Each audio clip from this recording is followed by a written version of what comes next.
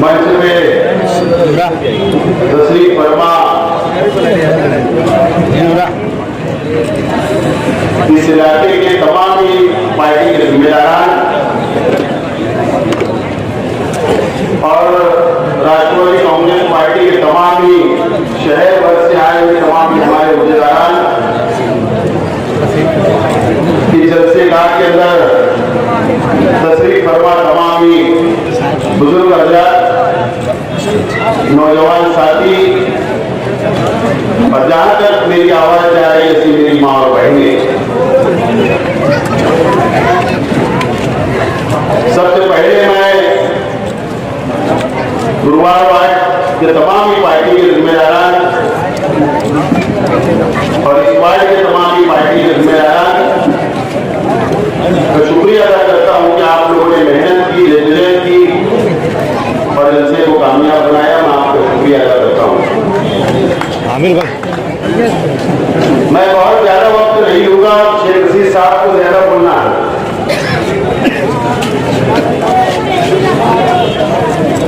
जलसा ये किसी के खिलाफ नहीं लिया जा रहा।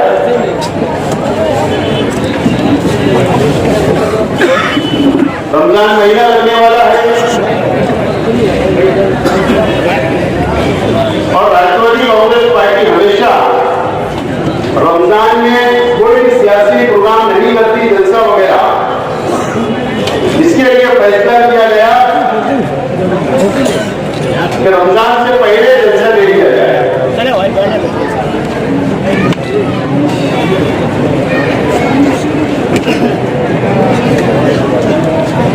शहर में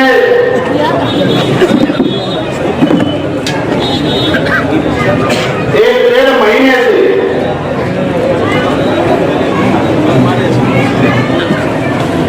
जो लोगों की कोई औकात नहीं होती है वो लोग प्रेस कॉन्फ्रेंस से अपनी बात को रखते हैं।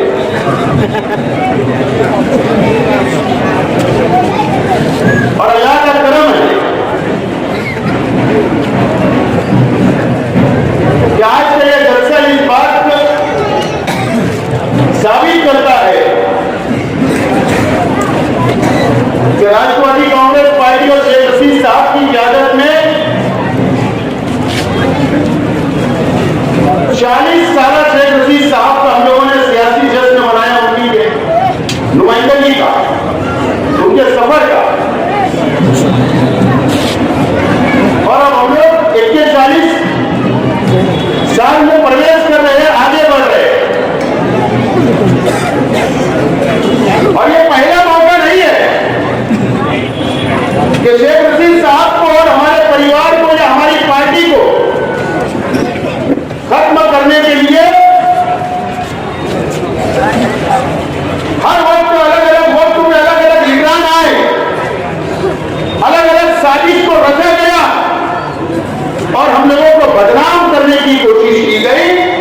और 40 साल से शेख रशीद साहब और पार्टी के वर्कर ऐसे लोगों से लड़ते आ रहे हैं और हमारे लिए कोई नई बात नहीं है। संघर्ष करना, लड़ना और आगे बढ़ना और गरीबों का काम करते रहना, यह हमारा पार्टी का उसूल है और इंशाल्लाह उसको हम लोग आगे बढ़ाते जाएंगे।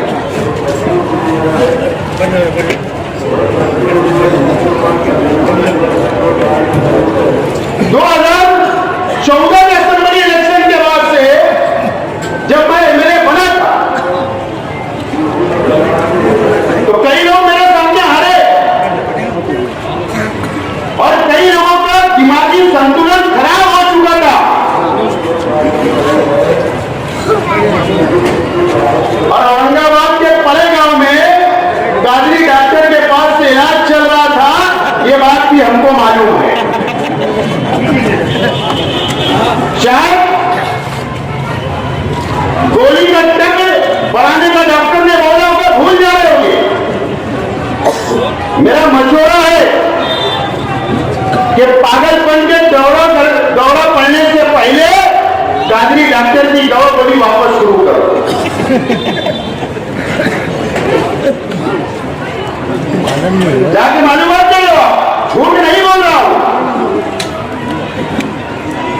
लेकिन ये जरूरत क्यों न पेश आई कि हमारा परिवार हमारी पार्टी के खिलाफ है।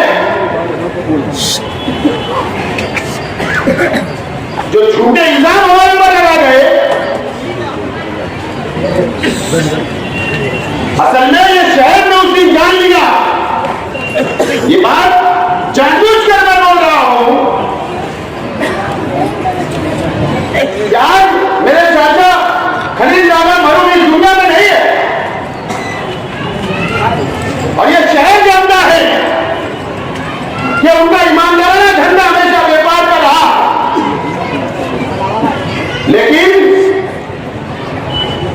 जो मालदा सेवार की 21 एकड़ जमीन का ऑर्डर हाईकोर्ट ने उनके फेवर में कब दिया पता है? 24 जनवरी को दिया। 24 जनवरी को उनकी जमीन उसी दिन खसक गई।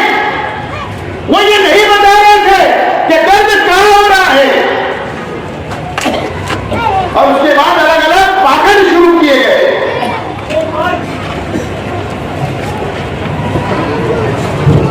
अलग अलग बातें की गई, और उसके बाद कब्रिस्तान, हीरापुरा कब्रिस्तान कि 8.25 एकड़ जमीन, सर्वे नंबर 117, सर्वे नंबर 120 और सर्वे नंबर 121 जो आपके अपने पड़ोस में है, 3 गैर मुस्लिम भाइयों की जमीन है।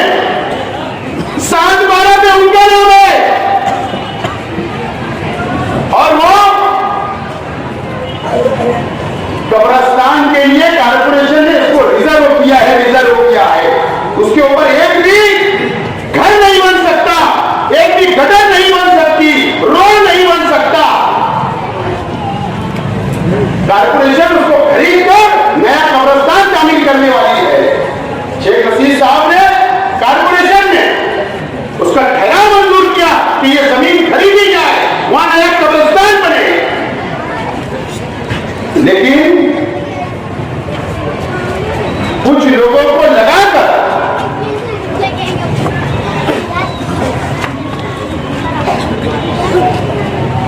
रोड बनाई जा रही है, गटर बनाई जा रही है, और गरीबों को फंसाने का काम टुकड़ा बनाकर बॉन्ड के ऊपर बेचने का काम किया जा रहा है।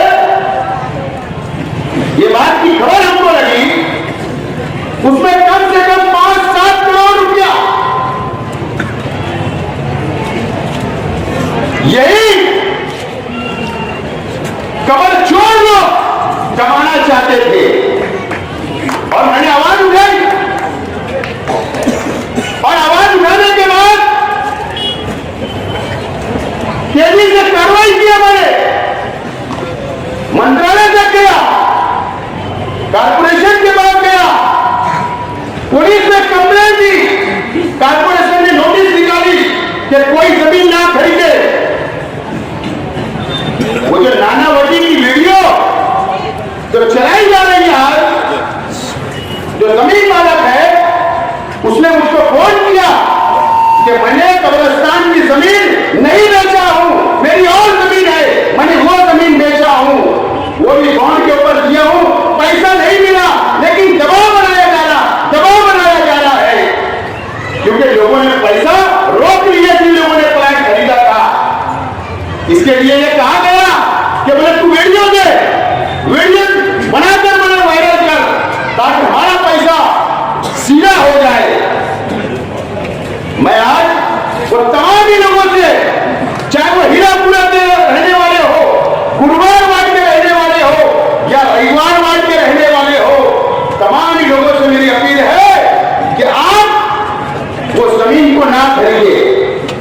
अगर आपने पैसा भी दिया होगा तो वापस ले, और अगर कोई पैसा नहीं देना होगा, आपके साथ 420 उन्होंने किया है, तो हमारे दरवाजे खुले हैं, हम आपको पुलिस कंप्लेंट करवाकर आपका पैसा वापस दिलाने का काम करेंगे। और एक अलग वजह से ये बात मुझे नहीं बोलनी थी, लेकिन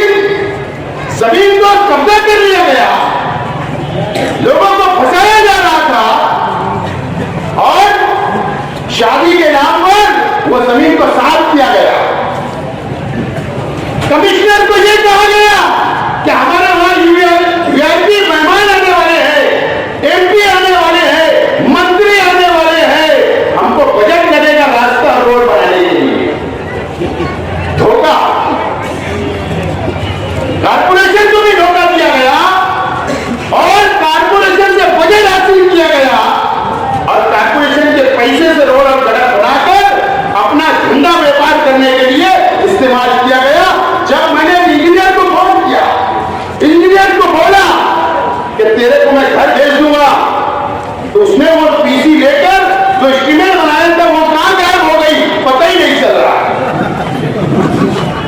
इस तरीके का धोखा इस शहर के आवाम को देने का काम चल रहा है। यह मजहबी मामला है, मिली मामला है कब्रिस्तान का।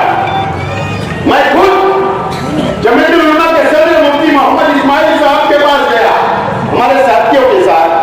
मैं खुद सुलेमानी जमीयत के पास गया, मैं खुद और ये सुन्नी जमीयतुल उलमा के पास गया, अहले हदीस जमात के पास गया, कुल जमाती तंजीम के पास गया। तमाम ही दीनी मसलक के अलग अलग मसलक के तंजीमों के पास में गया। बहुत अफसोस के साथ बोलना पड़ रहा है, माफ करना कि कोई भी दीनी तंजीमों ने एक लेटर भी नहीं दिया, आवाज भी नहीं उठाई। मुफ्ती साहब, मैं आपको एमएलए की हैसियत से नहीं बोल रहा हूं, मैं आपको आज जमीयतुल उलमा के सदर हो और तमाम ही दीनी तंजीमों को मैं कहना चाहता हूं। और मुफ्ती साहब, आज चंद वोटों के लिए क्या आपके लोगों का नुकसान होगा? अब सवाल यह पैदा होता है कि मुफ्ती साहब क्या आपको भी हिस्सा मिलने वाला था? आपकी जिम्मेदारी थी, जमीयतुल उलमा की जिम्मेदारी थी, तमाम दीनी तंजीमों की जिम्मेदारी थी कि एक एक लेटर कमिश्नर को पहुंचाते, लेकिन आप लोगों ने ऐसी आवाज नहीं उठाई। मैं वापस आपसे अपील करता हूं कि आज भी वक्त है कि कारपोरेशन के पास, कमिश्नर के पास जाकर वहां कब्रिस्तान बनना चाहिए। आपको वहां पर डिमांड करना चाहिए। आज भी मैं आपसे अपील करता हूं, आपके बारे में कोई बात मुझे सियासी नहीं कहना, और अगर आप नहीं करेंगे तो ये शायद आपके आने वाले दिनों के अंदर यहां के मुसलमान इनको आपको जवाब देना पड़ेगा कि आपने क्यों लेटर नहीं किया, क्यों कब्रिस्तान नहीं बचाया, यह आपको जवाब देना पड़ेगा। और अगर आपने नहीं किया तो अल्लाह का करम है विराट कोहली कांग्रेस पार्टी के वर्करों के अंदर, लीडरान के अंदर इतनी ताकत है कि हम हमारे बलबूते पर लड़कर कानूनी तौर पर वो जमीन को हासिल करके एक नया कब्रिस्तान इस शहर में लेने की बात करें। इस तरह खिलाते रहे। इंक्वायरी आ गई, मेडिकल कलेक्टर ने आज मैं एयर ग्राउंड से मिलने लेटर निकाल दिया कमिश्नर को कि वहां का अतिक्रमण साफ करो, जमीन पे कब्जा लो, जमीन मालिक को पैसा दो और नया कब्रिस्तान बनाओ। पुलिस को भी उन्होंने लेटर दिया, कमिश्नर को भी लेटर दिया है। तो मैं मेहरबानी करके बोलना चाहता हूं कि वो जमीन आप मत खरीदिए। अगर आपने खरीदा, कौन सा खरीदा, मकान भी बना लिया तो आपका सीसीटीवी लगाकर वो मकान को उखाड़ दिया जाएगा, उखाड़ दिया जाएगा। ये कानून बोल रहा हूं, शेख आसिफ नहीं बोल रहा। कुछ लोग माइकी अधिकार लगाते कि शेख रशीद परिवार के ऊपर कितने केसेस है। पूरी खुली किताब है, शेख रशीद साहब बोलेंगे। बोले हम दिल्ली जाएंगे,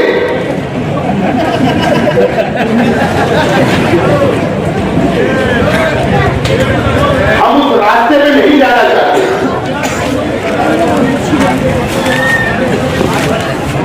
पड़गा के अंदर कौन फरार है? थाना जिले के पड़गा भिवंडी के पास जो पड़गा गांव है, वहां के पुलिस स्टेशन से कौन फरार है कि हमको नहीं मालूम है। कि पाल घर के पुलिस स्टेशन से कौन फरार है कि हमको नहीं मालूम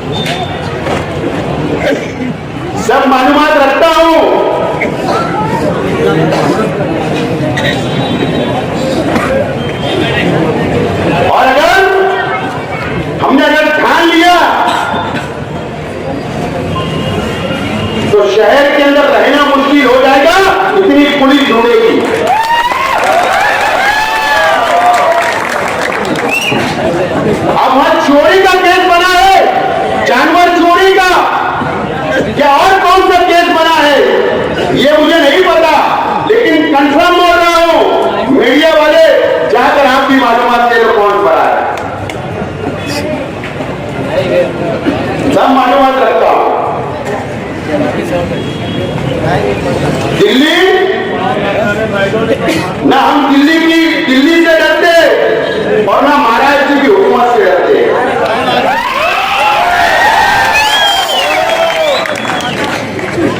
ईमानदार है इसलिए नहीं डरते।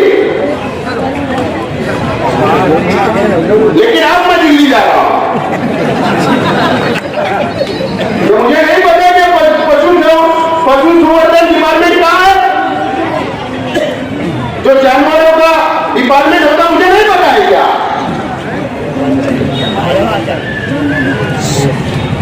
समझ जाओ, इशारे से बोल रहा हूं। अभी जब दिल्ली जाके आऊंगा जब बताऊंगा। बहुत मतभेद है। बाकी शेख रशीद साहब बोलेंगे, लेकिन मैं शहर की पुलिस डिपार्टमेंट से बोलना चाहता हूं, अपील करना चाहता हूं कि किला हड्डी के अंदर आप सबका ऑफिसर दो, सबको ऑफिसर दो। ये हीरापुरा के इलाके के अंदर नदी के किनारे सर्वे नंबर 116 ओपन स्पेस किसने बेचा? नदी पात्र किसने बेचा? इलीगल स्लैटिंग का जमीन के ऊपर कब्जा किसका है? वहां क्यों चलती? कौन से ओपन स्पेस बेच के खाए गए? नदी के अंदर किसका जुआर और सट्टा चलता? अगर पुलिस डिपार्टमेंट ने ध्यान नहीं दिया तो बाहर से मजबूरी हम लोगों को भी सरकार के पास जाकर तमाम ही नोट कराना पड़ेगा, कंप्लेन देना पड़ेगा। गरीबों को बताया जो करेगा, ये शहर के अंदर गरीबों को लूटने का काम जो करेगा, हम कभी भी बर्दाश्त नहीं करेंगे।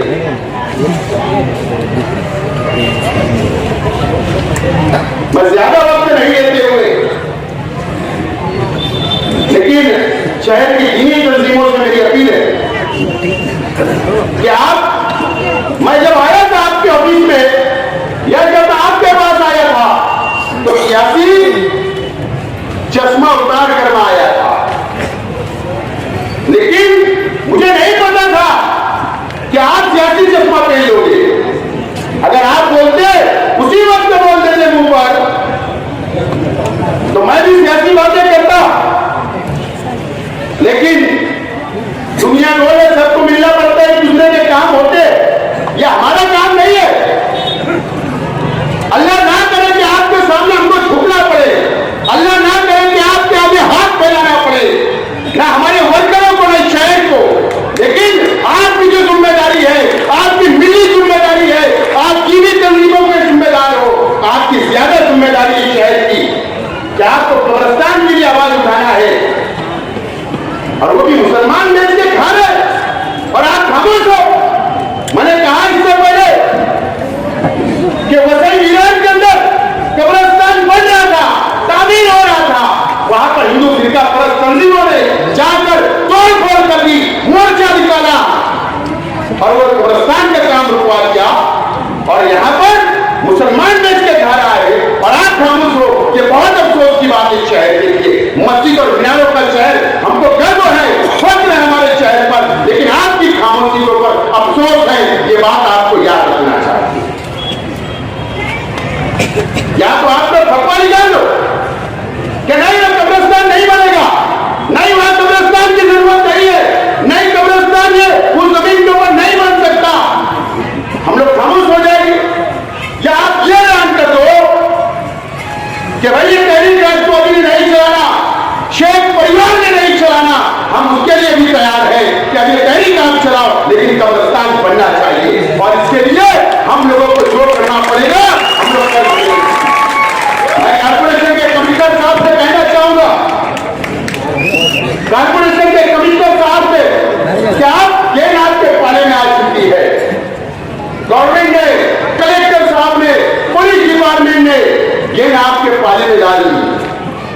अब आपको जमीन मालक को बुलाना है जिनके नाम पर 7 पारा है, खरीदी करना है, सौदा करना है, उनको पैसा देना है और वहां का अतिक्रमण निकालना है। और अगर कमिश्नर साहब ने अगर ऐसा नहीं किया, कारपोरेशन ने ऐसा नहीं की, तो फिर दीनी काम है, सवाब मिलेगा और रमजान लग रहा है 170 है, तो एक आध दो रोजा हम कारपोरेशन में भी खोल सकते हैं,